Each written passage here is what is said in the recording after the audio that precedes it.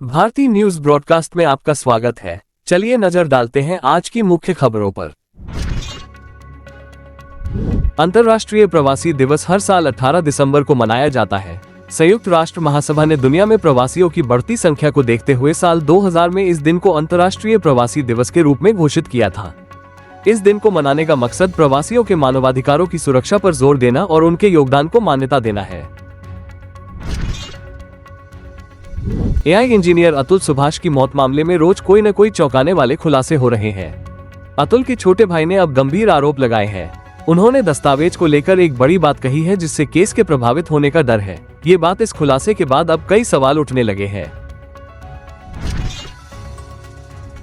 One nation one election bill केंद्रीय मंत्री अर्जुन राम मेघवाल ने लोकसभा में मंगलवार को एक देश एक चुनाव संविधान 129वां संशोधन विधेयक पेश किया। प्रस्ताव पेश करने के पक्ष में 269 और विपक्ष में 198 वोट पड़े। विधेयक को लेकर विपक्षी दलों ने हंगामा भी किया। कांग्रेस, सपा, टीएमसी, आरजेडी, पीडीपी, शिवसेना, उद्धव गुट और जेएमएम इसका विरोध कर रही है। वाराणसी में एक बंद मंदिर की सूचना के बाद तनाव की स्थिति पैदा हो गई है। मुस्लिम समुदाय के लोगों ने इलाके में दुकानें जबरन बंद करा दी है। भारी पुलिस बल तैनात है। डीसीपी काशी गौरव बंशवाल ने बताया कि अभी मंदिर का ताला खोलने जैसी कोई बात नहीं है। दोनों पक्षों में समझौते का प्रयास किया जा रहा है। बांग्लादेश की अंतरिम सरकार के प्रमुख मोहम्मद यूनुस और राष्ट्रपति मोहम्मद शहाबुद्दीन ने 54वें विजय दिवस पर राष्ट्रीय स्मारक पर मुक्ति संग्राम के शहीदों को श्रद्धांजलि दी। भारत ने भी कोलकाता में विजय दिवस कार्यक्रम का आयोजन किया। प्रधानमंत्री नरेंद्र मोदी ने भी बांग्लादेश की आजादी में सर्वोच्च बलिदान देने वाले सैनिकों को याद किया, मगर पीएम मोदी के पोस्ट पर बांग्लादेश ने आपत्ति जताई है। संसद में सोमवार को 1971 के बांग्लादेश युद्ध के बाद पाकिस्तान के आत्मसमर्पण को दर्शाने वाली फोटो को हटाने को लेकर काफी विवाद हुआ। कांग्रेस ने कहा कि विजय दिवस पर सेना के मुख्यालय से ये तस्वीर उतारना गलत है। अब विवाद गहराने के बाद इस पर भारतीय सेना की प्रतिक्रिया आई है। वायनाड से कांग्रेस सांसद प्रियंका गांधी का बैग इन दिनों काफी चर्चा में है। उन्होंने एक बैग के साथ तस्वीर खिंचवाई जिस पर लिखा था फिलिस्तीन। इस तस्वीर पर मुख्यमंत्री योगी आदित्यनाथ की प्रतिक्रिया भी सामने आई है। यूपी विधानसभा में बजट पर चर्चा के दौरान सीएम योगी ने कहा कि कांग्रेस नेता फिलिस्तीनी बैग लेकर घूम रही हैं। हम यूपी के नौजवानों को इजरायल भेज रहे हैं।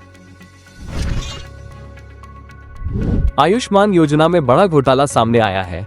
झारखंड के 212 अस्पतालों पर ईडी की नजर है। इन अस्पतालों पर फर्जीवाड़ा कर सरकार को चूना लगाने का आरोप है। ईडी की जांच में इन अस्पतालों के बड़े खुलासे हो सकते हैं। इन अस्पतालों ने मरीजों को भर्ती किए बिना ही आयुष्मान के तहत भुगतान ले लिया है। सरकार ने इन अस्पतालों का भुगतान रोक दिया है। भारत ने ऑस्ट्रेलिया के खिलाफ बॉर्डर गावस्कर ट्रॉफी के तीसरे टेस्ट में खुद को फॉलो ऑन खेलने से बचा लिया है।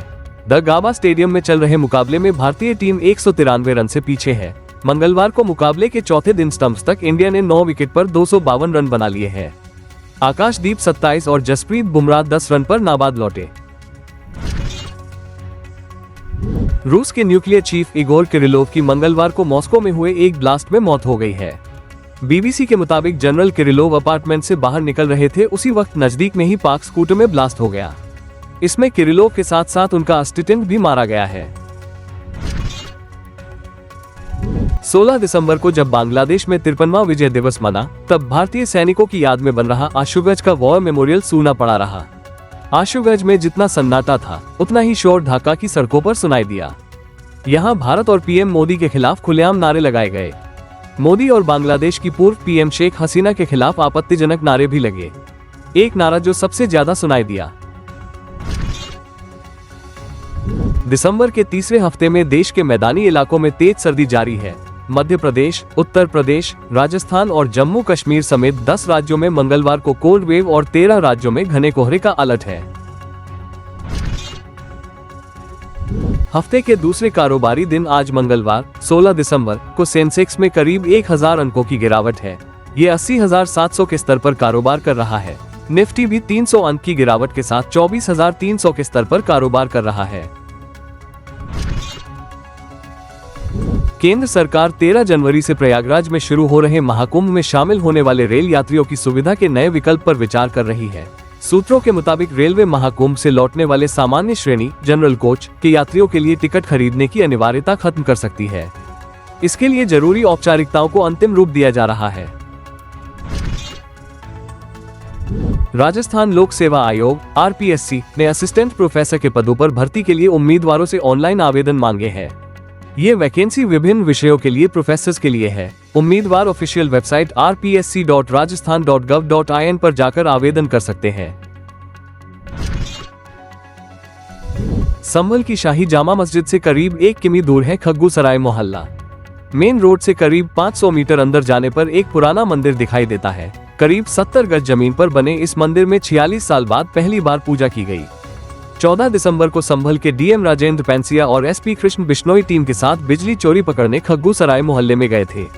इसी दौरान बंद पड़े इस मंदिर का पता चला। राष्ट्रीय स्वयंसेवक संघ RSS के सरसंघचालक मोहन भागवत ने सोमवार को कहा कि व्यक्ति को अहंकार से दूर रहना चाहिए, नहीं तो वह गड्ढे में गिर सकता है। पुणे में हुए कार्यक्रम में उन्होंने कहा कि देश के विकास के लिए समाज के सभी वर्गों को मजबूत बनाना जरूरी है। अमित शाह देश के पहले केंद्रीय गृह मंत्री हैं जो खूंखार नक्सली कमांडर हिड़मा के गढ़ पहुंचे। 2 दिन छत्तीसगढ़ दौरे के दौरान उन्होंने नक्सलगढ़ में 24 घंटे बिताए। हिड़मा के गांव से नक्सलियों को ललकारा। शाह ने कहा कि 31 मार्च 2026 तक छत्तीसगढ़ सहित देश भर से नक्सलवाद का सफाया कर देंगे। अमेरिका के नवनिर्वाचित राष्ट्रपति डोनाल्ड ट्रंप ने सोमवार को रूस यूक्रेन से युद्ध रोकने की अपील की। उन्होंने कहा कि वे युद्ध रोकने के लिए रूस के राष्ट्रपति व्लादिमीर पुतिन और यूक्रेन के राष्ट्रपति वोलोदिमीर जेलेंस्की से बात करेंगे। सोने चांदी के दाम में गिरावट देखने को मिल रही है। India Boolean and jewellers association (IBJA) के डेटा के अनुसार 10 ग्राम 24 कैरेट गोल्ड का भाव 324 रुपए गिरकर 76,584 रुपए पर आ गया है।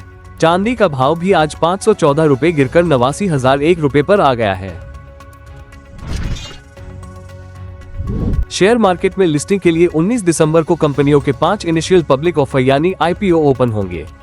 इसमें ट्रांसरियल लाइटिंग लिमिटेड, दम कैपिटल एडवाइजर्स लिमिटेड, ममता मशीनरी लिमिटेड, सनातन टेक्सटाइल्स लिमिटेड और कॉनकॉर्ड एनवायरो सिस्टम्स लिमिटेड शामिल है। प्रधानमंत्री नरेंद्र मोदी ने मंगलवार 17 दिसंबर को जयपुर में पार्वती कालसिंध चंबल ERCP परियोजना का शिलान्यास किया। भजनलाल सरकार के 1 वर्ष पूरा होने के कार्यक्रम में पहली बार राजस्थान मध्य प्रदेश की परियोजना के समझौते को भी सार्वजनिक किया गया।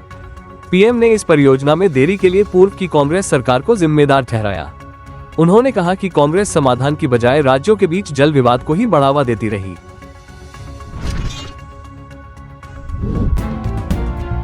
ऐसी और ताज़ा खबरों के लिए हमारे चैनल BNB को सब्सक्राइब करें और इस वीडियो को लाइक और शेयर करें। धन्यवाद।